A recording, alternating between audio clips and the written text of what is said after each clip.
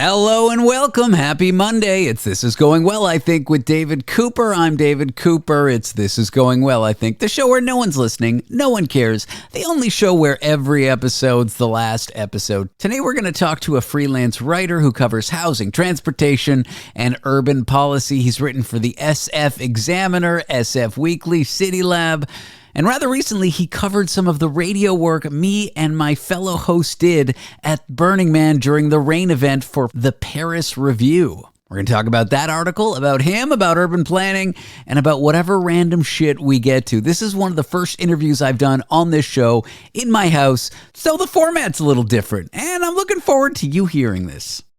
Oh, I should probably tell you my guest's name. His name is Benjamin Schneider. Let's jump in with Ben.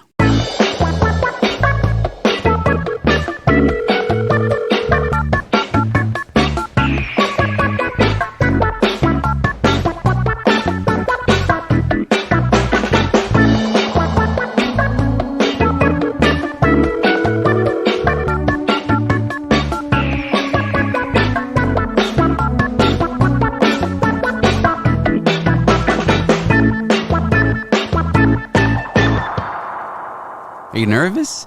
Not really. Do I intimidate you? More on air than in person. I see. I'm a 2'8" Jew. I haven't lifted a weight in my life. Do you prefer Ben or Benjamin? Ben. That's Okay. what people call me, yeah. I felt weird emailing you Ben because then I looked you up online a bit and it was all Benjamin. Yeah, it's both. I mean, I guess the more official bylines I have are Benjamin, which I like, but in personal interaction, I'm Ben. Yeah. I like to separate the worlds a little bit, you know? I hear that. Yeah. I don't like Dave. No. Okay. I Yeah, hate it. understood. I know a lot of Davids who don't like Dave. Yeah, I'm one of them. Dave, the problem is I was Dave until I was 20. And so there's a few people. Can you say grandfathered? I heard that one's a bad one now. I still use it. You still use Yeah. it? Okay. You're not a bleeding heart liberal? Yeah. So this is like a shock jock program where you try to get me to say something. No, I am. Yeah, no, I listened to your show a few episodes, and I was really taken by the variety of guests you have. It's a cool kind of just slice of interesting conversations. Yeah, I appreciate it. Good. Yeah. I mean, I do interview people about me mostly. Yeah. Which really brings us to why you're here. I haven't done a lot of in-person, Ben, and so the eye contact thing's really going to bother me. I don't know what the right amount is, but I'm glad you're here. Okay, let me take a step back here. You wrote about the work we did at Burning Man. Yes. That's how I became. And I was talking to someone, you may have heard it, his name's Dennis Lee, and he was like, thank everyone who gives you press. Be a gracious person. I'm like, that's right. I got press once from the Jerusalem Post, but I didn't want to share it.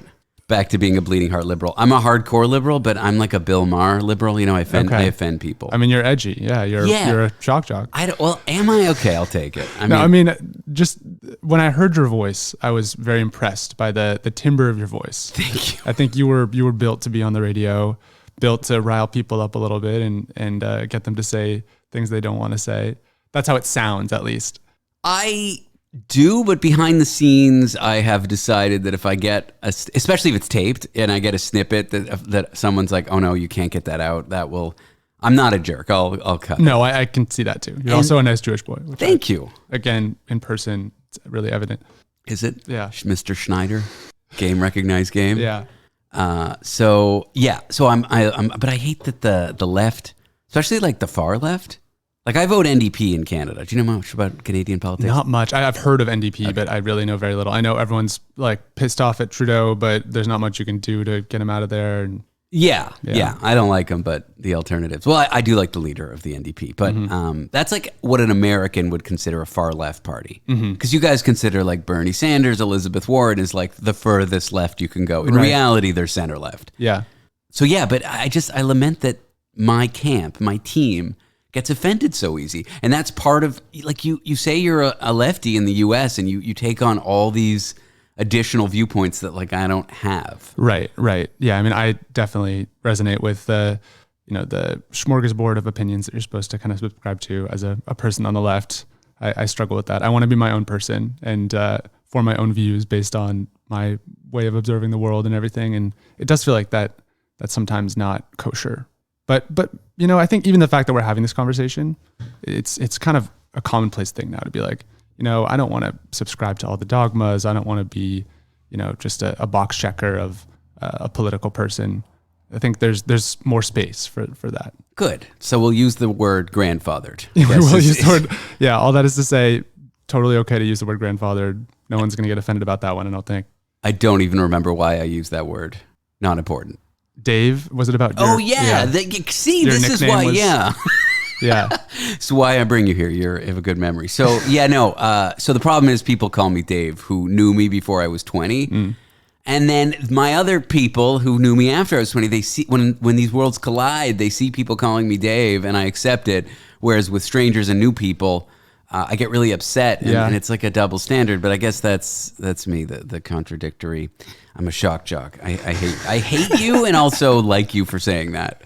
Because I want to be that, but I want to be more than that. And when I look to someone like Howard Stern, who interviews Hillary Clinton after she loses the election, I mean, whatever. If you buy into these American politicians for a moment, rather than just thinking they're all evil, it was a great interview. Yeah. And then he has the strippers and the farts and the little people who are naked and the biggest penis, and he does it all. And I don't want to be that. I think he's a bit of a dinosaur. But also I do want to be that, just in a more, youthful. Yeah, I get it. I mean, it's great to be popular and known. And that's what we're all trying to do as quasi-arts adjacent people, I feel like. But I think that's a good segue into why I was so intrigued by your show on BMIR, because it was so professional and so well done. And like I said, your voice is awesome. Oh. I was like, who is this like real radio broadcaster that's doing this? It's funny, when you wrote the article and said that I'm a professional broadcaster, that actually resonated with me, because I guess I still am, but it's a weird label to lose when you lose your job. Like if you're a nurse and you go to nursing school and you work at a hospital and then you get canned, you're still a nurse. Yeah. But if you're a radio host and your show gets canceled and you're unemployed, what are you? You're not on the radio. I think that's selling yourself short. Sure, you're not on the radio, but you are still a professional. You're still. Oh my God. You've been through the grind of being paid to host a show, and now you're trying to get back on that grind. I don't know. I'm at a crossroads. Do I want to do this? Because the limit for podcasting is unlimited. The amount of people that make a decent living, a decent amount of money, are well known. These kinds of things in podcasting. Howard Stern aside, how many famous, fun radio hosts? I mean, forget Rush Limbaugh. Right, yeah, forget he's freaky, dead. Like Levin or something. Yeah, forget the fire and brimstone conservatives that COVID happened because of gay people or something. Right. How many fun people are there at the very top who make a lot of money? There are a few. Yeah, but there are many. Handful. Right. But if I challenge you to name one versus challenging you to name a famous or well-known or successful podcaster, I assume you would be able to name more. Do you remember Michael Krasny? I don't. He was a KQED host in San Francisco for like 30 years and was really cool. I think he was sort of a unique figure because he was part of an older school radio tradition, but he lasted well into the 2000s, and he would review like really intellectual books and have super thoughtful people on to discuss current affairs. So that was cool. That was Forum, I think, before its current iteration. He was the host of that for a long time. Okay, yeah, I have cultural gaps. Yeah. As much as I started living in the U.S. in San Francisco, I've only been in the States for, I guess, 10 years. Okay. I shouldn't call it the States anymore. That's something a foreigner calls the country. Just call it States. That's like a real normal thing to say. But yeah, in your article, you wrote professional broadcaster David Cooper, and I was like, wow, I guess I am. I don't know, there was something healing in that. I really struggled with, I'm doing a lot better now, but when I lost my job, which was about a year ago, I was fucked. I didn't do anything for several months. And then I did the bare minimum for several months. And now I'm doing this, which is a lot of work, but I'm not doing that final 20% of getting it out there. Yeah. Because when you work for a big radio network, I've said this on my show over the last, every episode, but when you work for a big media company, I was talking to my friend who's a writer, you get that built in. You don't have to go on TikTok and show your boobs or whatever it is to try to beg for followers. You don't have to say like and subscribe at the end of the video. And so I got sort of arrogant. I didn't need that. And I was better than people who did that. But a big company can just take it away from you. So I struggled. I'm doing better now. And now I'm at a crossroads. Do I try to get my old job back? I have a decent lead on getting a job similar to my old one back. I hope it pans out. I had a decent lead a few months ago that did not pan out, but I don't know. Or do I lean into this? Because eventually I'm going to run out of money. Eventually I got to go back to my old career. Yeah. Well, I'm really happy that my characterization of you as a professional DJ really made you feel good. It's great to have people respond well to your work. And it is nice that you also reached out and thanked me for writing the article as someone else who's in this kind of general, I'm a content creator in a somewhat different medium, but I'm still kind of on the same grind. And it's always nice to have people like respond positively to your work and show that they actually saw it and stuff. So that was a good feeling for me as well. Oh, that everyone who worked at the station loved That's your... awesome. Yeah. I know you're just like, I'm a content creator. Don't worry, there will be an introduction for you that I will record later that will say who you are. Well, please don't introduce me as a content creator. I'm using that term ironically, but it's also true, unfortunately. It's hard. Yeah. Independent content creator versus like writer for the New York Times. Yeah. And yet certainly not that. But no, I'm not. No, I know. I have written down the various papers you've written for the Examiner, the Weekly in San Francisco. But I'm just saying for the example, writer for the New York Times might make a normal salary. Yeah. Not even a great salary. I don't even know what these fuckers make. Like they make pretty good salaries. do they? Yeah. But even still, let's say 100K, 120K. Someone who has a Substack with 10,000 subscribers who pay $5 a month, that person's making millions. Yeah. I didn't do the math. Don't do it. Wait, 10,000 times 5 times 12 is 50,000 times 12. That's $1 million. No, that's 600,000. Yeah, no, I think some of the big Substackers are probably getting close to making $1 million a year, which is just insane. But what is their label? Independent content creator. Right. And this fucker who's making less than them, who may well have less of a following, writer for the New York Times. It's the labels that are so tricky, and that these big companies can dangle over you. Yeah, totally. I don't know. Although as a writer, I would say it's nice to have an affiliation and a stability, that comes with being a normal worker at a publication rather than, a Substack celebrity, which also would be cool and has amazing pros to it as well. But it's certainly a more precarious and you have to constantly sell yourself. You're constantly building your brand in a way I think you don't when you're, just a staff writer at a paper or something. Yeah, it's exactly the same for radio, except for me working a late night show, not having a ton of experience, it being my first real job. I was working like 14 hours a day. Yeah. It was a 4-hour show. So 4 hours of content and then another 8 getting it ready. Because it was a late night show, many of my guests would not do live appearances. So I had to tape it during the day and it would be in 10-minute pockets here or there. It's a 4-hour show. 20 hours of, there was commercials. So it's more like 45 minutes to the hour, but still four 45-minute blocks. 5 days a week. Yeah. A part-time producer for some of it. When the network could, they'd give me a full-time producer. There's a board op there with me, but the board op was only resourced for maybe an hour and a half before the show. So I cut most of my audio clips because the board op, the technical producer, if you watch Frasier. No. Okay. Well, Doyle is his quote-unquote producer, but she's really the two jobs, which is the content producer and the technical producer, the nerd at the soundboard. Yeah. And so I had that dude with me. It was a few different people. And they were great. It's when you're dying on air, you can always just say something to the board op. Yeah. Give me some funny sound effects. or just start a conversation. Although some of my ops were more or less amenable to that. But it was so much work. So you're talking about the stability that a job like that can give you, a normal paycheck at 9 to 5. But for me, it introduced a lot of instability to my life because I never saw my girlfriend, never saw my friends. Mm-hmm. I never slept, so I don't know. I'm just complaining about me. Let's jump up a little bit because it's not all about me and talk more about me. No, I want to talk to you about your article, but more about listening to BMIR, of which I am just one part of. Yeah. Burning Man Information Radio.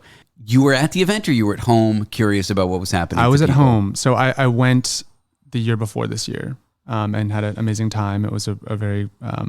it was a big moment for me. I feel like I learned something about myself. I learned what Burning Man is, which is also important for take a lot of drugs and your third eye opens. Not even that many, just a little bit. I honestly, if I were to come back, I might elevate on that level a little bit more.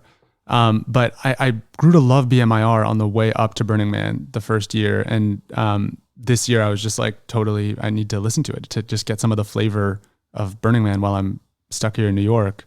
And then the added drama of the mud and the rain was like, oh my gosh, this is content gold for those who can take advantage of it. And you guys took advantage of it. And I think it was really cool the way that you were doing both like real public service journalism and also making it really funny and like creative and doing a lot of shticks. So yeah, it was cool.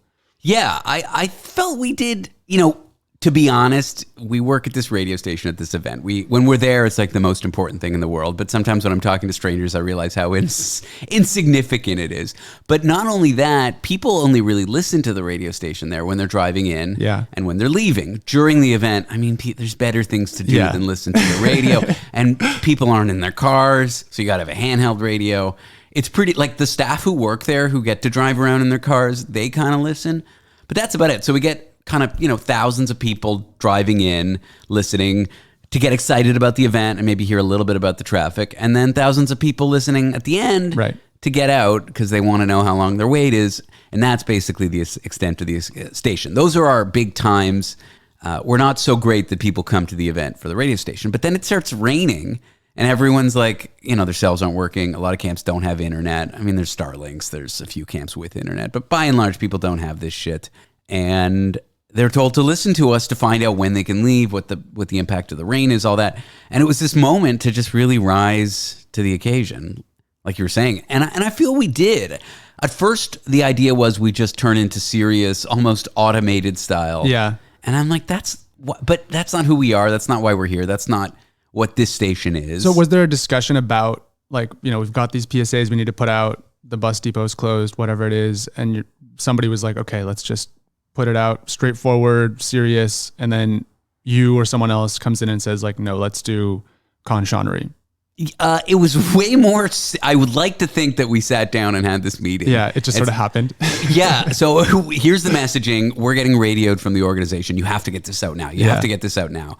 It's the organization that's trying to manage what could be a large crisis. Mm-hmm. In my opinion, it did not turn into that. But if those shit pumpers, those trucks were full and could not leave, that would have been, for me, nothing like there was always enough food. There's enough water. People bring way too much food. Mm-hmm. Every year, was it your first year last year? Yeah, and we had way too much When food. You left, did you have food that you donated or that you brought home? Yeah, I mean, it wasn't in the greatest condition, but yes, we had too much food. Everyone has too much food. Yeah. There's enough water. The real worry is that the porta potties overflow because that is a serious crisis. And so that's realistically internally, at least as I observed, I'm not core staff at that event. I'm just an employee at the radio station. As I saw it and as I was told, and I watched the CEO of Burning Man do an interview during the thing, that was the real worry. There may have been people worried that it was going to turn into Lord of the Flies, but the real worry was the shit. Yeah, I think there was more people on the outside fantasizing that it would turn into Lord of the Flies. I think the people that left and the people that were really upset were the ones who talked to the media. Yeah. So there may have been 100 people who tried to leave, who got stuck, whose stuff got completely flooded, and they were near hypothermia, and this, that, and the other. And so those people talked to the media, and so that's how they got their story. Totally. I mean, the reality of it is people were just helping people get through a minor. It rained. Like, that's so funny to me when you really look at what happened. It rained. That's it. Right. But that's what we were faced with. And so it felt like a bit of an emergency. And we were getting, messaging by the minute, by the hour, dictated to us over our walkie-talkie radios, this kind of thing. And so we go to record some of them. And I think somebody recorded a serious one. And I had been walking around. My boss was in our little recording studio. The head of production was in there. And I had been walking around Burning Man earlier in the day, kind of doing like an Eric Andre thing. Do you know that comedian? Yeah. His character, I don't even remember the name, but he goes up to people. He's like, "You're something, Stu. Like, I know you. You're douchebag Dave. I know you." And then the people on the street are like, "What? I'm not douchebag Dave." He's like, "Yeah, you are." So I just kept on going up to people and saying, "You're butthole Steve," and making that voice.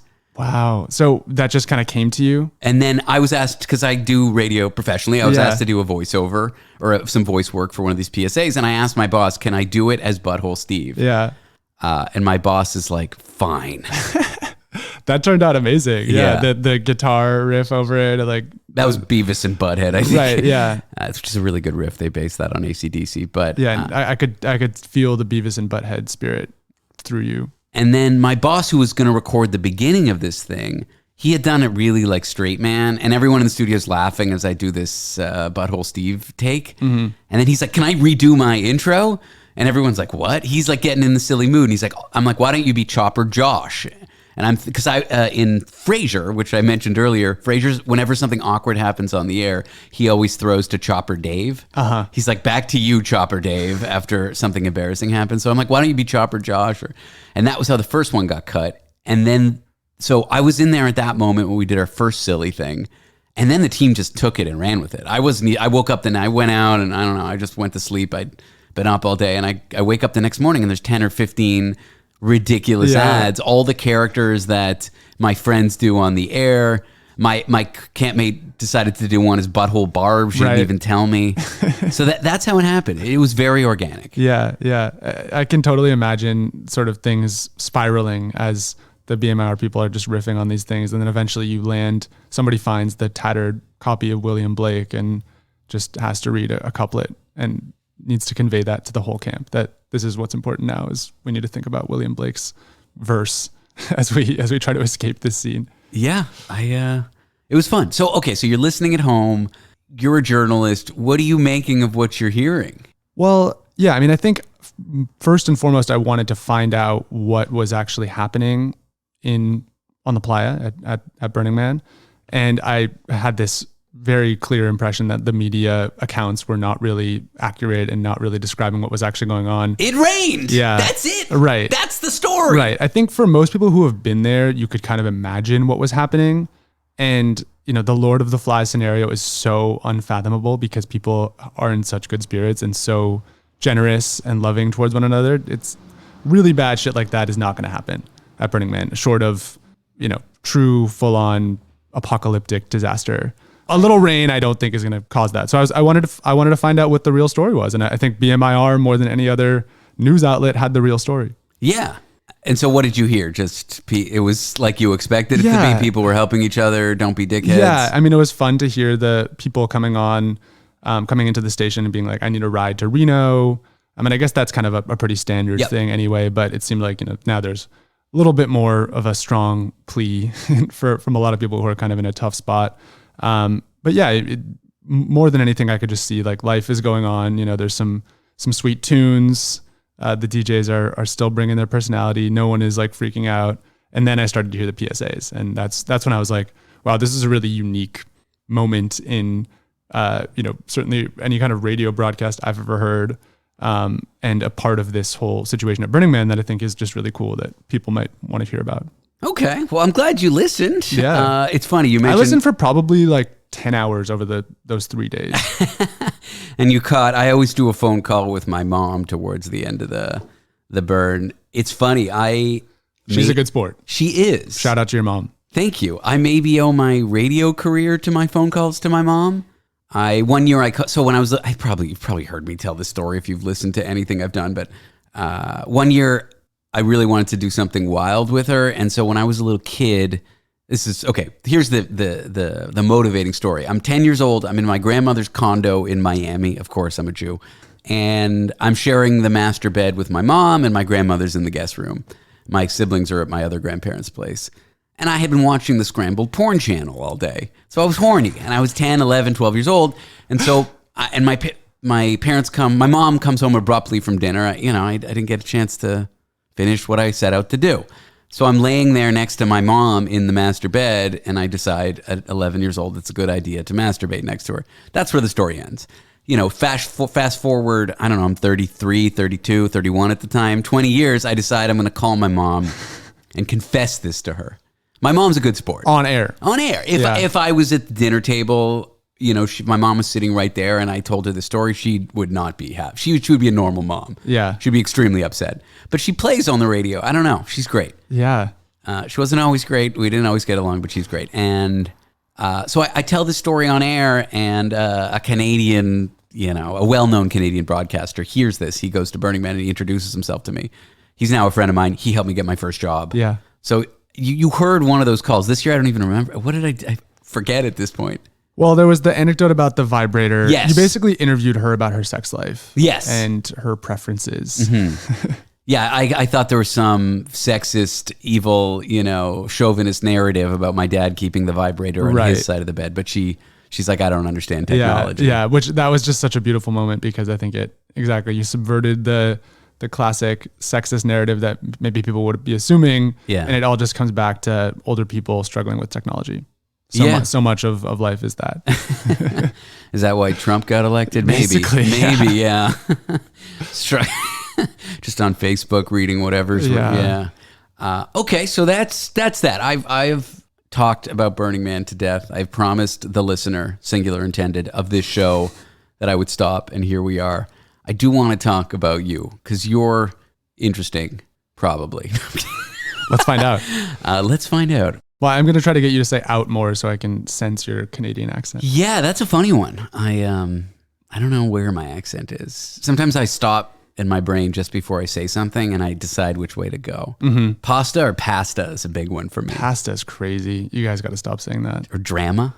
Also really weird. Yeah. Yeah. That's a weird one. I think I just, it's weird when you live in another country and then you start to hear your own accent. Mm-hmm. First you move there and then you go back home and you start to hear it. You start to hear your friends and family's accents, which is very strange. Then you start to hear your own. And then you start to, this is me. And then you start to conform to the local accent a bit. So I got pulled into the direction of California. Now I'm getting pulled a bit into the direction of New York. But by starting to hear your own accent, you start to be able to make a choice how much with which you engage with it. And that's a very odd feeling. Are you a code switcher? That's the linguistic term for it? Yeah, right. I mean, choosing how much to use a given accent in a given context. Probably. Yeah. Yeah. I always use the phrase code switching to mean, like I studied computers, and so I socialize with nerds, and I turn into a different person talking about programming languages and microcontrollers. And same thing. Yeah. Yeah. Have you always been a writer? Yeah. Yeah. Jesus, that's a tough. Yeah. It's not the best career path. I wouldn't necessarily recommend it to someone who wants stability and a good pay, but it's amazing. It's so much fun, and it's so fulfilling to have ideas and talk to people and then write things and have them, have other people read them out in the world. It's so weird for me because I'm dyslexic. So I've always had weird shame associated with writing. I probably had typos in my emails to you. They caused me great embarrassment. I don't think you did. Well, I use ChatGPT to correct them now, or I use a screen reader to read them back to me. But that's interesting that you gravitated towards audio. I have a friend who's really into audio. He was into audiobooks as a kid. Yeah. And then now is a podcast producer. And dyslexic? No, not dyslexic. But the great governor of California, Gavin Newsom, famously incredibly dyslexic and basically can't read. He has all of his briefings, I think recorded. Maybe now he uses ChatGPT to do it or something. And famously doesn't read teleprompters, so he has to speak extemporaneously. It's tough. Yeah. I'm actually okay with reading stuff, but I sometimes make up words and rearrange words. So sometimes it'll sound like I'm reading something correctly, but who knows if I am. Well, that's the beauty of English too, is you can rearrange words and it still works often. I just fill in the gaps basically. Yeah. But okay, somehow we got back to me. Narcissism, that's how. Do you consider yourself an artist? No. Really? I would love to consider myself an artist, but no. I think there's a lot of art and artistry to writing, but to call journalism and nonfiction writing art, you have to clear a pretty high bar, I think, of kind of poetic license and play of words to make creative nonfiction kind of fall into the art category, in my opinion. Do you consider yourself a creative? Yeah, for sure. But not an artist? No, not currently in the manner in which I put out content into the world today. Do you see I see a bit of a contradiction there. You're a creative, but you're not an artist. Well, creative is an interesting term because it's often applied in a more businessy context as well. Creative directors at ad agencies or, the creative class. Have you heard that term before? It's sort of like a economic development concept of the people who are software engineers and consultants and other white collar workers whose work is not rote. It's creative in the sense that you have to generate new ideas. So creative I think is kind of an interesting loaded word. But I am a creative in that context. And I think I'm also creative in a more humanistic sense of I create things and I strive to put new things out into the world. But I don't know, I think artist and art, there's a very high bar in the way that I see it. Interesting. I was having a conversation with my girlfriend the other day. It's going to sound arrogant, but I struggle with this, but I've decided I accept the label artist, or am I an artist is what I do art. Because I don't do, I mean, I have, and when I had a big job, I did. I don't do like reporting and journalism and news and this kind of stuff. I hate it. Sorry, I actually really like consuming it. I hate creating it. For me to interview a Canadian politician when I had that job took so much out of me. Yeah. And I wasn't good at it. But back to me, let's not dwell there so much. Let's go to the conversation. I consider myself an artist, whatever. You can reject that, or maybe it didn't fit into what you just said, and now I feel attacked. But I'm having a conversation with my girlfriend. She's a product designer at a tech company. Yeah. And she was talking about some design she did and mocking up apps and colors and, kind of visual artsy adjacent work for a company. And I sort of said, well, you're not an artist. And she said, yes, I am. Yeah.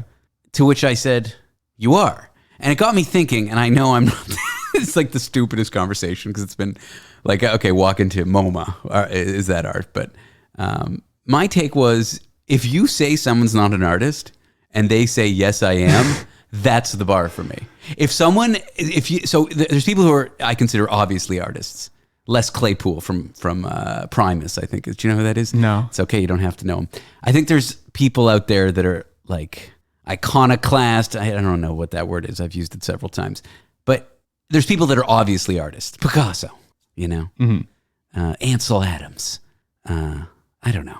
Are comedians artists? Stand-up comedians? Yeah. No, I think this is an interesting question. And I don't know that there's like a clear boundary around it. I guess the way that I think about it for myself is that my work is very analytical. Mm-hmm. And so for me, that there is a bit of a conflict there between analytical work that is focused on clarity and communication. The opposite of this show. Exactly. Communication on a more direct level, as opposed to communication on a meta or ironic or, purely kind of interpretational level. Mm-hmm. So maybe I've just gotten a little too strict around like what I think art is. Well, I think you're an artist. And I've boxed myself out of it. Well, because part of it is I think I have a bit of a complex about my own work, because to do the kind of writing that one must to make money, you can't just write creative essays, which is kind of where I would gravitate towards. Can you not? You can, but you can't earn much money on that. And it's difficult to build an audience and build a career. And frankly, I think I love that kind of writing and I want to do more of it. And I think hopefully later in my career, I'll have an opportunity to do that in a bigger way. But I also think it's very healthy for me in my own writing and thinking to have that counterbalanced with more analytical, more straightforward work that I would not think of as artistic, really. So the Jewish pessimism, self-hatred, never good enough. Work ethic, delayed gratification. But, okay, back to... but for me, it's like, there's people who are obviously artists, and then there's the people that maybe you think aren't. And if you tell them they're not artists and they say, yes, I am. Yeah, that's an awkward conversation. No, to me, that's the bar. That's the bar. If you defend your work and say, no, what I do is art, it's art. No, it's exactly. That's my definition. I think that's a widely shared definition, because it's just like, I think, as you were saying, when you walk into MoMA, because the artist says it is, it's art. Yeah. And I think that's totally fair. And I guess I'm taking a stand right here at your kitchen table and saying I'm not an artist and what I do is not art. But if someone else says, no, you are, then we're in a sticky spot. I don't know. I think writing is, to me, a very high form. I mean, it's I don't know. I used to be a coder, software engineer. That's how I was able to get a green card. Believe me, you call me a professional radio host. If I asked USCIS for a green card based on my radio work, they would laugh and say, get the fuck out of the country. And they'd be right to do it. But yeah, if a coder said to me, I'm an artist, what I do is art, I'd say, fine, you are. That's it. So I don't know. It's such a simple definition. So I don't think it has to be so loaded. Yeah. But if you don't want that label, I don't want it. Then don't take it. I don't deserve it. Do you think See that now you're making me. Now I'm like, okay, well, I I don't fetishize art and artists. I think that's part of it. Is bad art? Yes. So then why are you fetishizing it? Well, I think I'm in the clear to say that my work is not art for exactly the same logic that you're suggesting. Because as the artist, that's my prerogative. Here you are. I'm having a debate. I mean, urban planning. It's not like the sexiest, most artful. Like the stereotype about it, it's kind of boring. But when you actually get into the nitty gritty of it, it's fascinating stuff. Yeah. Well, and that's exactly what I'm trying to do with a lot of my writing, is to try to make the boring, really nerdy stuff kind of come to life and show why it's important and why people should care. And have people connect with it. Yeah. That's art. Sometimes. A lot of the art that I like, though, it's not like trying. You know what I mean? It's not like pushing the viewer or the listener to like have a specific response or convey a specific message. It's an aesthetic experience. It's something that you kind of let wash over you, and it invokes a lot of ideas and a lot of feelings, and you get to choose kind of how to meet it. I don't know that I want my readers to have that experience most of the time. It's an experience of learning and being entertained. And again, maybe I'm getting a little bit too into the sort of like the fine arts, kind of high art world. I'm low art. This is the and there's lowest. A lot of levels of art. But I guess when you asked me that question, I was immediately thinking that kind of art. And I guess that's sort of where my definitions come from. Okay. Well, but then I ask you a question, is bad art? And you're like, yes. And then you're saying that you put it up on a pedestal. Art is elevated. I don't think my rise art is bad art. I didn't say it was. I think it's good writing, but it's not really bad art or good art. I can't tell whether we're in a fight or not. And I also can't tell why. I do want to talk about urban planning because as a foreigner, I don't know, Toronto's a weird city because it doesn't care. It's like very much pulled into the American. Have you been to Toronto? Yeah. It's very much pulled in the American city direction. If you don't look too closely, you might as well just think you're in a big American And it's always city. in the movies as New York. Right? I know, that's fucking annoying. Yeah. You can tell by the street signs. Yeah. You can tell there's subtle, or they'll put one too many 25-mile-an-hour road signs up on the street instead of 40 kilometer. Right. And there'll always be the same 25-mile-an-hour road sign right in the shot, or the same blue USPS Postal Service mailbox. It's like if it doesn't look like Toronto, because you can't see a Toronto. See, I know what the street signs look like. I know that the street lights are painted a different color. Like I know the subtle things, but if they get a shot that doesn't have the subtle things and you really can't tell, you can tell by how much it's trying to look like a US street. Right. If the New York plates on the cars look too new, it's like you can really tell. I'm going to keep an eye out now because I've heard this trope, obviously, about Toronto being like a movie filming capital, but I don't think I've ever really like taken notice because I'm actually very sensitive to this as someone who loves cities and urban planning. Like for instance, the show Monk, set in San Francisco, LA, mostly shot in LA. Yeah. And that was deeply upsetting to me. Yeah. But I should try to keep an eye out for fake New Yorks. That's a great show. Yeah. Tony Shalhoub, legend. Yeah. Andy Breckman. Yeah, that was a big COVID solace for me. Yeah. to return to Tony. Oh man, he's such a great actor. Yeah. He just nails the neurotic so well. But I don't know where Toronto and urban planning. If you didn't have an eye for it and you didn't look too closely, you may as well think you're in an area of Chicago, in, I don't know, any American city that's medium to large. Mm-hmm. Not New York, but maybe also New York. But then if you start to really look into it, like there's no major freeways, or as we call them, highways, that cut into the downtown. A lot of people don't have cars. There's a really good light rail, like above ground, streetcar system. Transit is a little better. Living in New York, I can't really make that claim, but according to most Americans, like Chicago, which would be the biggest equivalent. And yeah, like green space is done. It's not a city, in my opinion, dictated by the car quite so much as U.S. cities are. Mm-hmm. But it's still dictated by the car. It's nowhere near a European city that doesn't give a fuck about cars. Yeah, it's kind of this awkward middle ground. I think Montreal is, from what I've heard, and similar. when I visited there 8 years ago, is similar. Canada's got this kind of uncanny thing going on for people with an American gaze. Yeah. because it's, it's like basically the same, but then there's just these aspects of it that are like, wait, that's not quite right.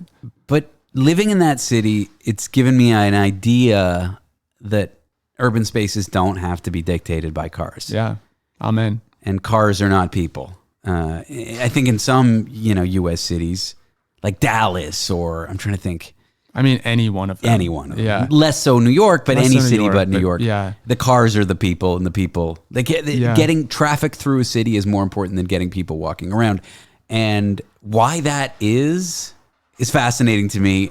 And it has an intersection with the fucking military, industrial. Totally. It's all intertwined with capitalism.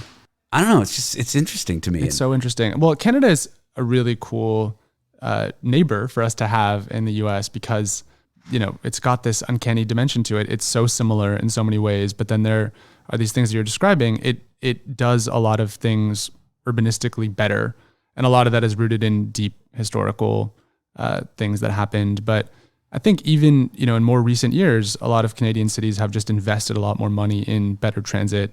The Vancouver Skyway system is like really new. Yeah. Automated trains that doesn't really exist in North America. They just tunneled it without they just kind of did it. Breaking up the other side of the surface. Yeah. They just created this drill and just drilled under buildings without ripping up the roads. That was wild. Am I right about that? I don't actually know. I think that sounds right. Yeah. I mean, they probably used, tunnel boring machines. Yeah. I think there's a less litigious kind of culture in Canada too, where it's easier to kind of get things done. Do you know about the Apology Act?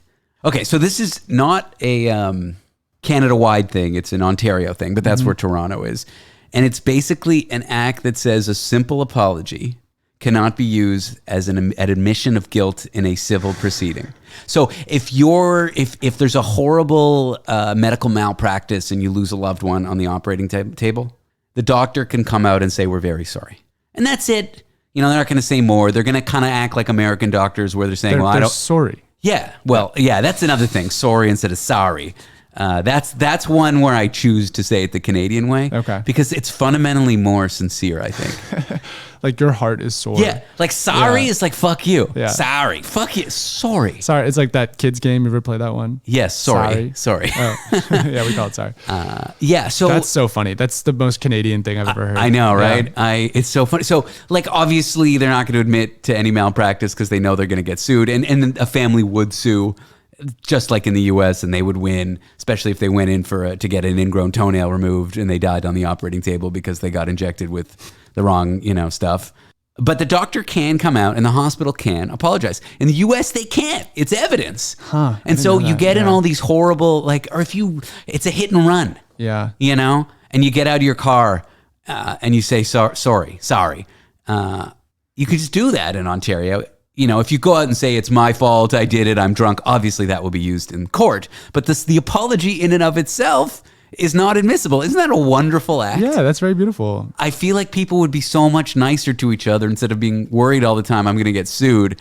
Because sorry doesn't mean anything. It just means, on a human level. Yeah. And I agree. It is the most fundamentally Canadian thing I've ever seen. Y'all have a lot to teach us, though. I think that's the bottom line. Yeah. We could all be a little more Canadian. Are you the stereotype of an urban planner where you're just like public transit? Yes, basically. But again, I'm not an urban planner. I know you write about it. Yeah, but you must have an opinion in your writings. Oh, of course. No, I have a strong opinion, and I'm extremely, pro public transit. Believe firmly in curtailing cars from cities and just like giving pedestrians and bikes their due. Building a lot of housing everywhere. That's another huge issue we have for everyone. But as a writer and as someone who's trying to share these ideas with a wide audience, I don't want to be too kind of aggro and alienating with the way that I talk about it. So pick a lane, Ben. Pick a fucking lane. My lane is join my tribe. It's a big tent. Is it? Yeah. It's warm in here. Yeah. But my ex-wife tried to, but it was awkward. I didn't want her to convert, and it was a very strict. At the end of the day, the rabbi's like, if you cast your lot with the Jewish people, I'll consider you a Jew. I'm like, don't you have to fucking take a mikveh bath or something? Not important. What were you saying? No, I mean, I like the Jewish conversion metaphor for urbanism conversion as well. I've been in this field long enough to know that the people are very easily turned off by certain ways of talking about cities and transportation and the urban experience. And I see the people fall into those traps all the time and, come off a little too strong when they don't need to. You don't have to call drivers assholes to advocate for a city where cars are less of a central part of life of the city. You know what I mean? Why do Americans so fundamentally believe they need a car? They've been brainwashed. It's been a vast conspiracy for 90 years. Well, I think this is something I've been toying with for a while. I read this somewhere, but the baby boomer generation grew up in this really unique period in American history where the streetcars that from the early 20th century, late 19th century, they were ripped out in the 50s and 60s. So pretty much every city had tons of streetcars. Now they have none, basically. And then there were efforts that really only started kind of mid 70s, 80s when some of the first kind of modern transit systems got built in America. There was BART, there was WMATA in DC, and then gradually LA, Seattle, some of these Texas cities started adding transit as well. So by the new millennium, there's more transit in American cities than there was in the 1960s. So that's an interesting thing people might not realize. And so people who are more millennials and younger have actually grown up in a world where transit is kind of a real thing. It's an option. It's woefully inadequate, of course, and it could be expanded and a lot better, but it's a different mindset than I think some older people who came up in a world where transit basically didn't exist. And the big, shiny new thing was driving and freeways. And every American should have a car, and the banking system was set up to help people finance it. And, interesting. I want to talk about two things as it comes to your opinion as a writer who mostly covers urban planning. At no point did I say you were an urban planner. You did earlier in the show. Did I? I don't know if it's going to make it in here, but... It'll make it in. Yeah. I like being an idiot. It's my true colors. No, and I like being called an urban planner. It's an honor. I don't have the degree, and I've never worked in the field. I mean, didn't the Colonel Sanders practice as a doctor and a lawyer? And half of what before discovering chicken? Well, no, as a fraud. Like, he didn't have a degree. Like, really? And he wasn't a colonel? Yeah. The talented Mr. Ripley, that's for sure. Yeah. That's the Colonel Sanders. Yeah. At least that's my understanding. There's two things. I read something you wrote. Okay. Robo-taxis in San Francisco. And I connected with it because I hadn't which is the past participle of visited, I think. I hadn't visited San Francisco in about a year. Mm-hmm. And I got there, and for everyone listening to this, they won't know what I'm talking about, but Valencia Street is completely carved up at this point it's basically a bicycle-only street. And for me, that was my major artery to get to work. That's where I rode my motorcycle. Totally inaccessible, but totally by car or motorcycle, unless you do illegal shit. But very much a bike street now. Mm-hmm. The middle of the street was turned into two massive bike lanes. That's less, I don't even know why I mentioned that. But the other thing, almost overnight, I saw all these cruise cars or automatic cars, self-driving cars, AI-driven cars riding around the city, but there'd be some schmuck in the driver's seat when I lived there. I knew they weren't driving. I knew they were just sort of there to interfere if the car did something wrong. Maybe, I don't actually know that, but that was my assumption. Just for safety, maybe they didn't have the licensing to do it driverless, whatever. But that's not so jarring, Especially me as someone who's a techie and worked in that world for so long and lived in Silicon Valley. And I use San Francisco to mean Silicon Valley, which I think is fine. Although, if you live there... It's okay. You're absolved. Yeah. If you live there, the people will be annoyed. But when you're in New York, you can say, I worked in Silicon Valley. I lived in San Francisco. Not important. But yeah, I never saw a car without a driver. And then I go there. I rented a car because I had to drive up to buttfuck nowhere for a wedding. And they're everywhere. And it was surreal. It's very jarring the first time you're on the road. Behind, in front, especially when you're in an intersection and a car's signaling to make a left and you're coming at it and it's in the middle of the intersection about to make a left and you're coming at it as oncoming traffic and there's no driver in there. It's like, what the? Did you have any hairy incidents? They're just so slow. Mm-hmm. They're like really cautious grandmothers, but grandmothers who are still really good at drive. They're good. They know what they're doing. Mm-hmm. But if it's speed up a little or slow down. They're overly cautious. Exactly. Sure. Or if it's maybe merge now to be safe, but it'll be a little safer to stay in this lane and brake and hold up traffic. Like if there's a car making a right-hand turn, everyone would want to merge into the left lane if it's a 2-lane road, or I guess 4-lane, but 2-lane, and just kind of pass it. But if if the cruise car is going to do that and there's a chance you might do it, it won't. Little things. But they just make the slowest decisions ever in the name of safety, which is great. Here I am talking like a driver. I don't own a car, Ben. But when you rent a car and you have one, all of a sudden you're in the mindset. I'm going where I'm going. Yeah. But yeah, my interactions they seemed really safe. Yeah. I grew to trust them a lot, and you trust them to be themselves. Like if you want to do aggressive stuff and cut them off, you know you can do it and get away with it. Yeah, totally. Yeah, no one's going to flip you off. And it'll break. Right. You know? Yeah, I would not put that to the test too much, especially if you're in a white car. You know what I mean? Like, be careful. Why? It'll think you're one of them? Exactly. No, it might not see you. That's one thing I've read about in regards to Tesla autopilot. They have issues identifying white vehicles. So I would just, be careful.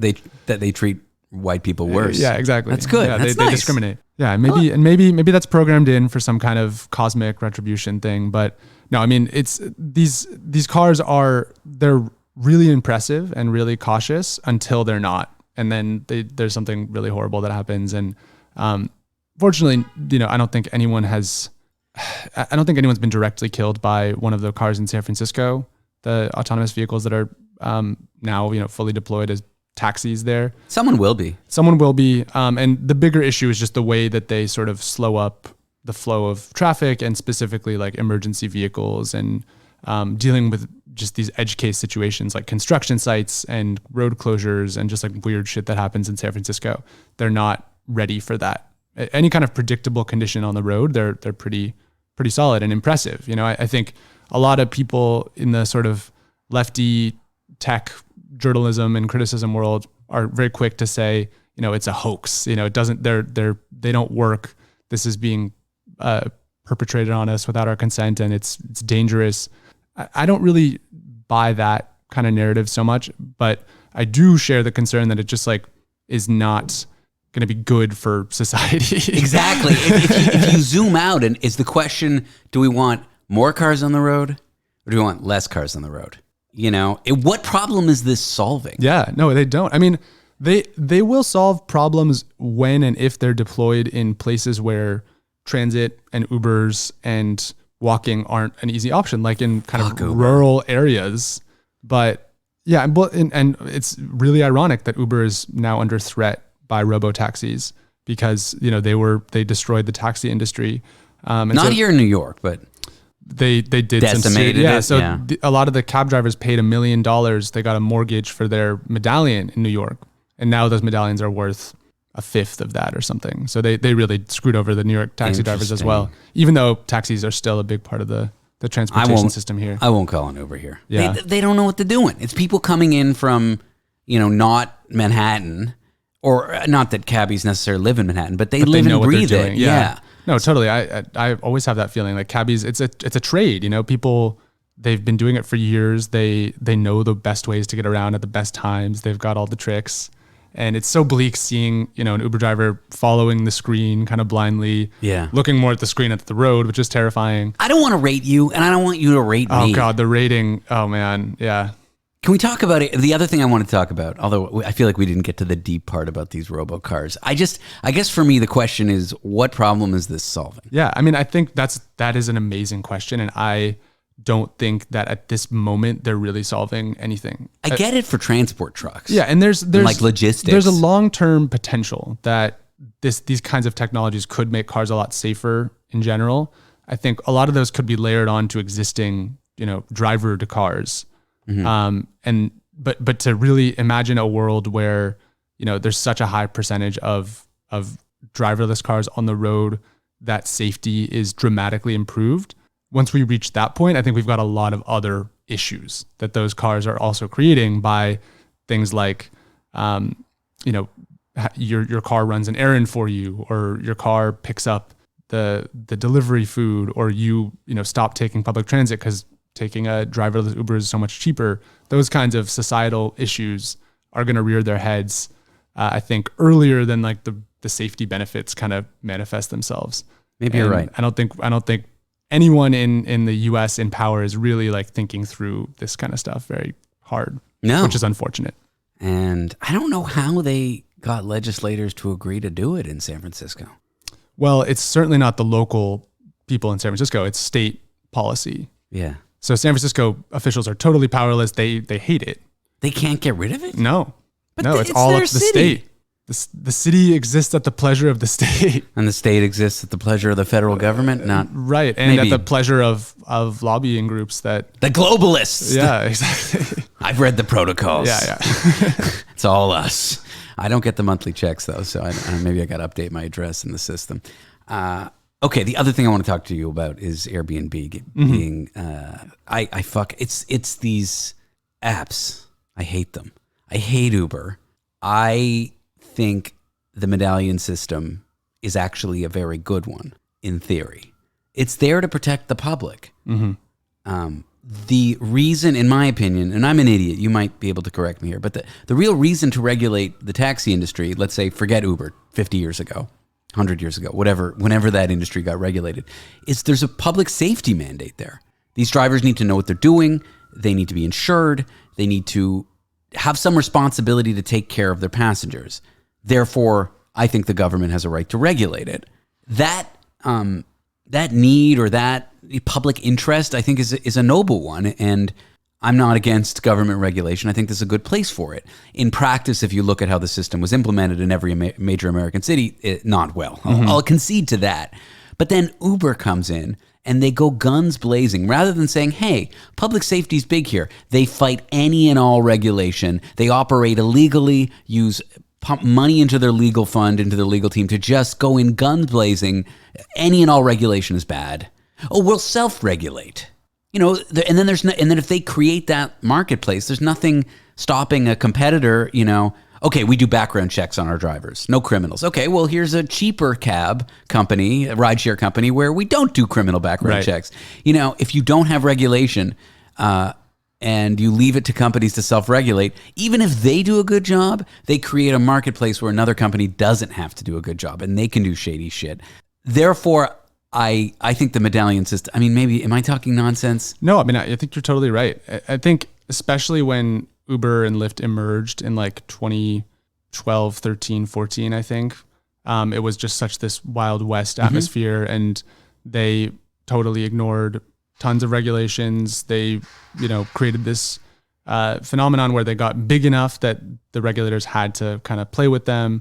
And in cities like San Francisco, it caused a huge uptick in traffic, pretty big decreases in public transit ridership, and obviously the taxi industry in every city is struggling because of this.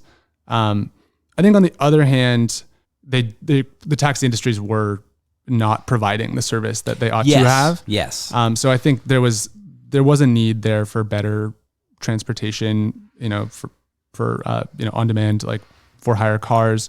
I agree with you, actually. Yeah. But and I don't think, and that's just a sort of a caveat, I don't think that's like the thrust of the story. There's a way in which that need could have been addressed much more successfully and in a way that works, with regulations and tries to support, the public transit sector too. And then the other point I would make is that in a lot of cities like New York, they did regulate Uber considerably. And now I think they're starting to undermine that. I don't know if you heard, this is a very nerdy urban planning piece of news, but New York has a cap on the number of Uber vehicles that can operate here, and Lyft, I think. And they're lifting that cap for electric vehicles.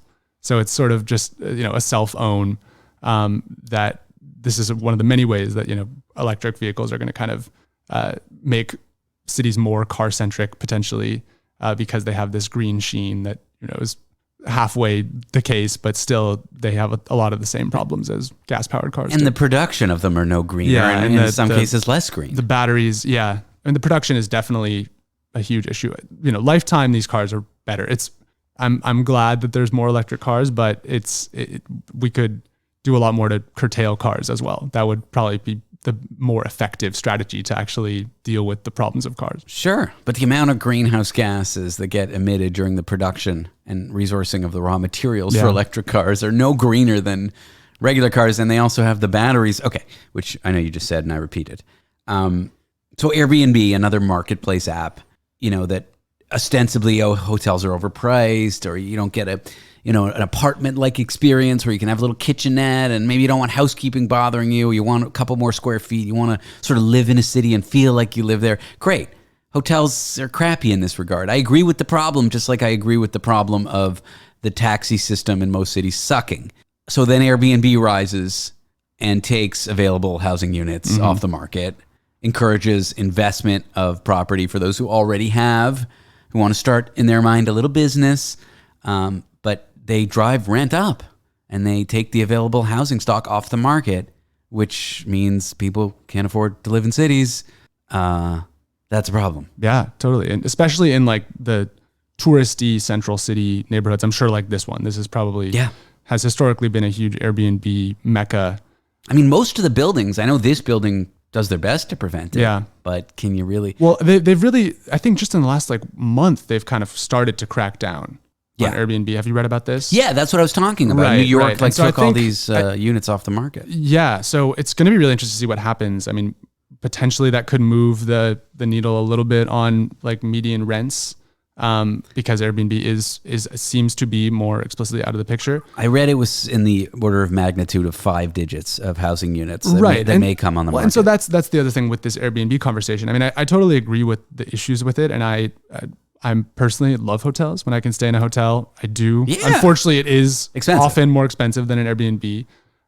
But the broader issue is just the shortage and affordability of housing. So, I've been traveling a lot for my book. I've been staying in some pretty, not as touristed kind of fancy places like St. Louis and Milwaukee. And in those cities, where housing is already more abundant and affordable, Airbnb isn't causing the same kind of problems it is here, where it's just this kind of Mad Max zero-sum game of like, there's not enough housing for everyone. So therefore Airbnb is all the more painful because it's taking from a very limited pie. But those are the cities that people want to visit. No, exactly. Yeah.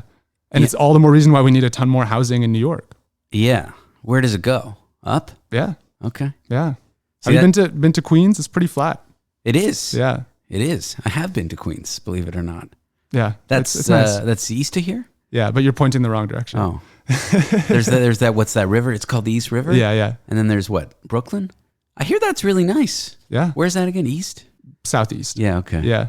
I'm joking. You can take a subway there. Do you live in Manhattan? I live in Brooklyn. Okay. Yeah. I have very few friends who live. I have one Manhattan friend we call each other our best Manhattan friend. Nice. But I love living in the city. It's just fucking expensive and chaos. This neighborhood's chaos on the weekend. Yeah. No, it's crazy. I mean, that's another kind of dimension of not Airbnb per se, but the sort of tourism industrial complex, in a world where people are very mobile and travel a lot and, certain people have disposable income. Neighborhoods like this they're really different than they've been 20, 30 years ago. This notion of like kind of destination nightlife neighborhoods that people from all around the world are coming to. And, it totally changes the vibes. Tourism industrial complex. I've never heard that. What does that even mean? It means the sort of the universe of kind of like economic and social forces that come from tourism, like the Airbnb is one of them, high-end shopping, restaurants and nightlife that kind of cater to tourists. That sort of, all of those things contribute to a very different kind of neighborhood milieu. And it's not all bad, but it certainly can be obnoxious if you're trying to live your day-to-day life in a neighborhood like that. So, I don't live in a neighborhood like that. So, and you do. So, I wonder how you have to navigate that. And I don't really envy you. Well, we're looking to move. We're looking to move. Yeah. Getting your doorstep vomited on. Yeah. Things like that. We're looking to move. Yeah. Close to here, but less touristy. Mm-hmm. I don't know. And maybe a little cheaper, but, yeah. I guess the last thing I want to talk is, does the book have a title that you're working on? Untitled. It doesn't urban really have a title book. yet. I mean, the sort of working subtitle is A Field Guide to American Urbanism. You can do better than that. Thank you. Well, that's why it's a working subtitle, and we are still thinking about it. But that sort of speaks to the format of it, which is going to be these 15 chapters, each about like a really recognizable piece of American cities. So there's single family homes, apartment buildings, affordable housing, office buildings, warehouses, freeways, transit systems, and each chapter kind of walks through the history of it, its present state, and how it could change for the better. Is it tough getting a publisher? Like, how does that whole process It is work? tough. I just got a publisher. So I have a book contract. Yes, very much so. My first one. It's super hard. Wouldn't recommend it to anyone. Well, this is also why I think you're an artist. If you're in a field that would be psychotic to do if you didn't love it, that's art. That's a good point. Yeah. That's a good definition of art. Like, people ask me, should I get into radio or like that? I'm like, dude, no. Yeah. Same with stand-up comedy. Like, there's so many fields where the only reason you do it is because you feel the need to do it. Totally. It's got to be like this intrinsic desire, which I do think I really have with writing. Otherwise, you'd be psychotic to be a writer. Yeah. You'd be in a psychotic break. If you're like, I want to be a writer, but I don't really like writing. Yeah, doesn't exist. I mean, I guess if you hate yourself. Yeah, exactly. If I didn't love this, what I'm doing right now, and I did it, the amount that I do, I would be the most crazy person you've ever met in your life. Totally. Yeah. And I feel that like that's got to be true for writing too. Yeah. But okay, so how long does it take from I want to write a book to I have a publisher? 7 years. No, I've been concertedly working on getting the book published for like 9 months, basically. And then I've got kind of a year to write it, and then it'll probably come out sometime in 2025. Who's the target audience? The target audience is maybe people somewhat like you who are. I'll buy your book. Thank you. I will text you about it. People who are interested in and care about cities and, have these kind of amorphous thoughts about, why are there so many cars and why is the infrastructure so bad for public transit, stuff like that, who aren't super engaged, but would be interested in learning more. It's sort of an accessible way to get to people like yourself who are thinking about those things and could get further converted, to use that metaphor more. Are you going to voice the audiobook? Hopefully not. If you need me to do it. Oh, interesting. Some of the words might be wrong is the only thing. That could be, it could add a new flavor. I was once reading Macbeth in high school. We were reading it in English class, and I was Macbeth for that class. And there's sort of a climax, I think, in the fourth act where he asks maybe Macduff, I forget who, he says, "Do you take me for the Roman fool?" I don't even know what that means, but that's the whole thing with Shakespeare. No, people even say they understand it, they don't. And if they do, they're too annoyingly literary that I can't be around them. But I read it as I've been watching a lot of Star Trek, so I bursted out into class. I bellowed out, "Do you take me for the Romulan fool?" And I got laughed at, and I don't know, it's little moments like that. That made you dream of being an audiobook narrator? No, that made me more ashamed of reading and writing in any public setting. Oh, I see. But if you don't mind, if you're talking about... I want to give you an audition. I think, like I said, I think you have a beautiful voice. I don't know if it's the perfect voice. Do you mention Roman cities in it? No, because it's America. Okay, well, I could talk about Romulan cities is all, yeah. Yeah. I guess it would be in... Italy is where Rome, but you could mention Rome, and I could say Romulus. But okay, so the American reader is your target. Are you going to mention Canadian cities? No, it's American. Yeah, maybe the sequel. Okay. Untitled urban planning book. Yeah, read it, buy it. What about that untitled urban planning book? No, that's too artsy. We don't do art. Yeah. An intro to what? What'd you say? A field guide to American urbanism. A field guide to American. But that implies that I'm going to be out in the field, which I guess I am. You are. Everyone lives in cities is an urbanist in a way. You're what's the word? You're preventing people who live in rural areas. Well, urbanism, you're excluding them. Urbanism is very broadly defined as the pattern of human settlement on the land. That's one of the ways to think about urbanism. Yeah. So I'm going to get you a good title for this book. Please, honestly, please hit me up with suggestions. Okay. We're going to find you a good title. Yeah. It's a field guide to, say it again? American urbanism. I have the memory of a goldfish. A field guide to American urbanism. Does your publisher like that title? No. We're working on it. That's impressive that they like you, they want a book from you, and they don't like your title. It's crazy. People are so like domain name first, business plan second these days. It's an old school industry. Yeah. Wow. That's impressive that you sold a book, you got a publisher, and they don't even like your title. To me, that's an achievement even above getting a publisher, selling a book. Well, thank you. Yeah, we'll see. Maybe I'll be back on the show when it comes out. Yeah, we're going to get you. I'm just trying to think, maybe some fun pun, but not too fun. It's got to be like a 2-word, like very evocative statement, Mm-hmm. Mm-hmm. Yeah.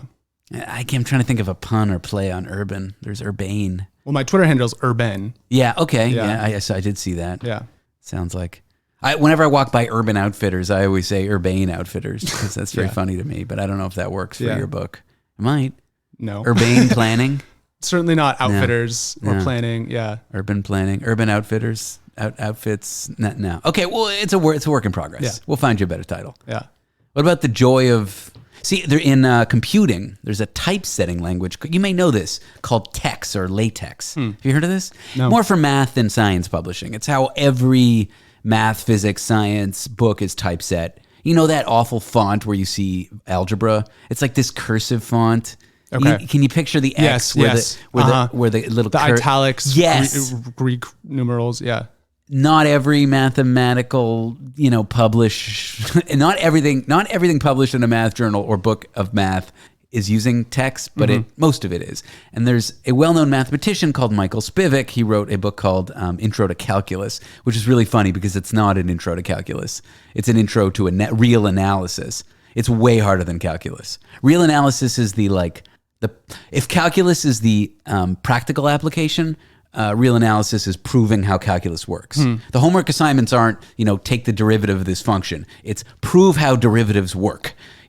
Rather than using the fundamental theorem of calculus to solve shit, it's like prove the fundamental theorem of calculus. It's really hard shit. But regardless, this guy wrote a book about this typesetting language called TeX, T-E-X, or Tech, I think is how it's pronounced. And it's called The Joy of TeX, which is a pun on an old book that a lot of baby boomers bought called The Joy of Sex. Right. And it's not a comedy book. There's not a joke in it. Yeah. It's a technical manual about how to use a typesetting language. And it's called The Joy of Text. Yeah. I mean, we need something like that would appeal to younger people, And it's hard because we don't have a literary culture anymore where there's these references that everyone understands. Maybe it would have to play on a movie or something. Yeah. There was this book called Paved Paradise by Henry Grabar, who's a staff writer at Slate. It's about parking.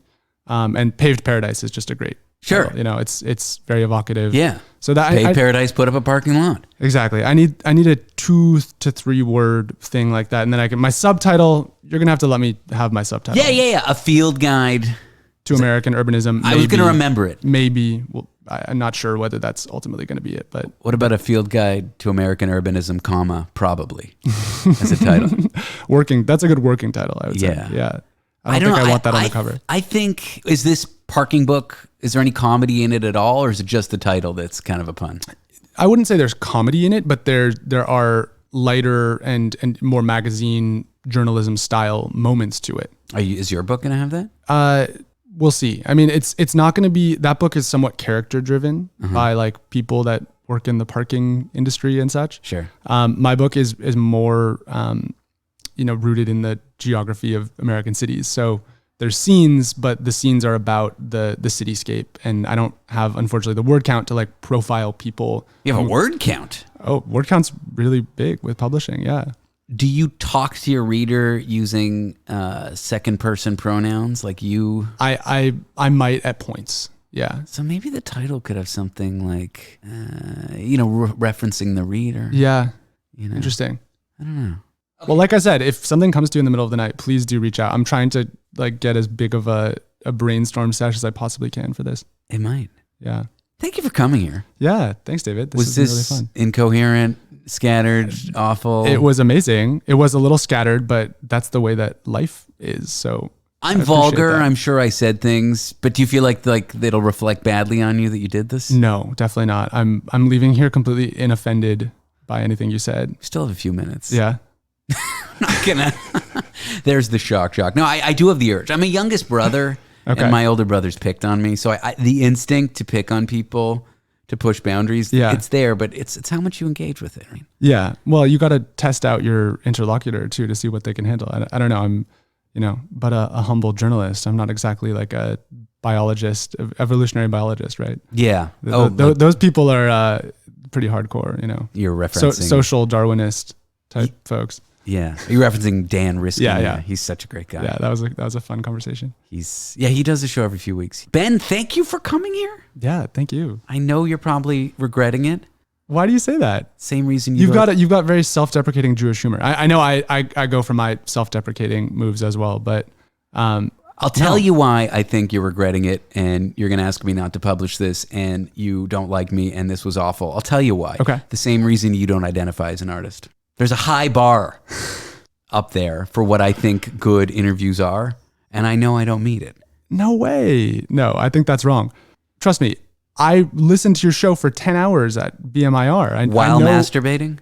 No, I was a little bit high. I told you this would reflect badly on you. Yeah. The good news is your publisher's not going to get to an hour through this interview. Yeah, they're going to turn it off after the first few minutes. Yeah. No, that's okay. I always tell that to people. Being high is a fact of life. If it's at the beginning, I should cut it. But if it's an hour deep, the thing you said that you regret, no one's going to get to it. Yeah. Ben, thank you for coming. Yeah, thank you. All right. That's it. That's it? That's it. I mean, I haven't stopped taping. Yeah. But I will. Cool. How are you going to do? I assume you're going to chop it up somewhat, right? And this is still a part of the show. This is still part of the show. This is actually my favorite part of the show. The show where the show talks about how the show works. Right. I'm going to lightly edit it. Do you want to really know the boring technical details that no one wants to hear? Because we're taping this in person, your mic picks up my voice and my mic picks up your voice. So it's actually going to be kind of hard to isolate the tracks. So I will edit it lightly. I don't know. You probably noticed me. You noticed me messing with things. Yeah. I have a little mark button here on my mixer. So I did mark a few times where I'm like, okay, that was a bit messy. I got to clean that up. Okay. Or where I said something that, needs to be. So I'll lightly edit it, but I mostly it'll be as is. Okay, cool. Yeah. When do you hope to put it out? Again, very boring question, but I'll let you into the mind of David Cooper. I have another interview later today.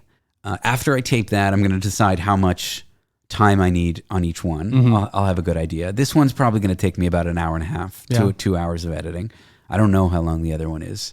I have to go to dinner with my girl. This is very fascinating stuff for the show. This is my favorite part of the show. I have a dinner with my girlfriend's parents at Keen's Steakhouse. Have you been there? No, that sounds pretty sweet. It's been there since the 1100s. There's Egyptian hieroglyphics of this place in South America. And no, it's been there for like 100 years. It used to be a men's club. Ulysses Grant went there. It's like this old school, it's not even that good, but it is good, but it's a real vibe. It's an old school steakhouse in Midtown. Okay. Like 30, that sounds so 30, fun. Yeah, 30. Those places are awesome. You eat meat? Yeah. Okay, good. Do you feel bad about it? I feel like I should feel bad about it, but I don't. That's where I'm at too. Yeah. Whenever a vegan tries to talk me into why they're more ethical and moral than me, I'm like, yes, you are. I just don't give a fuck. But this is what I'm saying about cars. You got to be careful. You don't want to hit people where their love lies, Yeah. I have a motorcycle. Yeah. And I don't know anything about it. I used to go to the shop and toss them the keys and say, the tank's empty. What do I do? Yeah. Obviously, as a joke, I can put gas in my tank. I can put air in my tires, and I can even clean my chain, but I don't like to because it's fucking annoying. That's more than I can say. But I don't care about motorcycles. And it's the cheapest Ducati you can buy. It's the Scrambler, but it does say Ducati on it. Yeah. And so sometimes, and it's a nice bike. It's like a black bike. Do you park it outside? Yeah. I mean, I pay for a garage, but when I'm riding it, I'll park it up front. Yeah. And I dropped it a long time ago, and I dented the exhaust. And so I got a black exhaust. So it's like a black bike with a black exhaust. It's a nice bike. It's like it's not a fancy bike, but it says Ducati. And so whenever people see me park it, they want to start talking about motorcycles with me.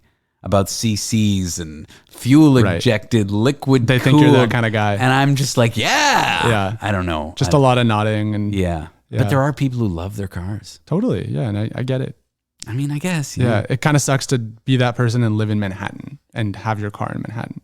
I think that's kind of where I'm like, maybe you should rethink your priorities. It's wild, unless you have $1 billion. But I hate cars. Yeah. I hate them. I hate driving. I hate everything about them. They're kind of fun to drive, I guess. But Ben, this is the show. This is where the mics turn off, and then we discuss. I don't know what are we going to talk about after this? Yeah. When do you have to go back to Brooklyn? Well, I'm going to go. I have a WeWork subscription so I'm going to go back to my WeWork and do some typing. Fucking nerd. Yeah.